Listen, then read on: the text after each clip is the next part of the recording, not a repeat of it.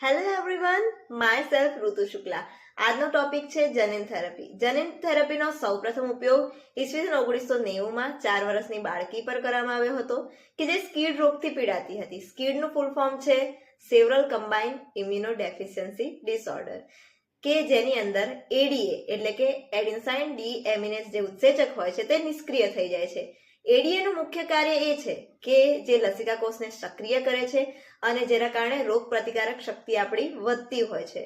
તો આ જે રોગ છે તેના ઉપાય 3 છે. પહેલું ઉત્સેચક રિપ્લેસમેન્ટ થેરપી, જેમાં બહારથી એડીએ લાવી અને મનુષ્યમાં દાખલ કરવામાં આવે છે. બીજા નંબરમાં આવશે અસ્થિમજ્જા પ્રત્યારોપણ કે અસ્થિમજ્જા તેમાં બદલવામાં આવતું હોય છે. ત્રીજા નંબરમાં આવશે જનીન થેરપી, તેમાં દર્દીના લસિકા કોષને બહાર કાઢવામાં આવે છે. હવે કોઈ વ્યક્તિનું એડીએ ઉત્પન્ન કરતું જે જનીન છે એને ડીએનએ કહેવામાં આવે છે કે જેનામાંથી એમઆરએનએ બનાવવામાં આવે છે. હવે તેમાંથી બનાવેલ એમઆરએનએ રિટ્રોવાયરસ સાથે જોડવામાં આવે છે. રિટ્રોવાયરસ સાથે જોડી અને એડીએ-સી ડીએનએ બનાવવામાં આવે છે. ત્યારબાદ દર્દીના જે લસિકા કોષો છે તેની અંદર દાખલ કરવામાં આવતું હોય છે. પરંતુ લસિકા કોષો એ અમર હોતા નથી, જેના કારણે તે કાયમી સારવાર રૂપે સફળ નીવડતું નથી.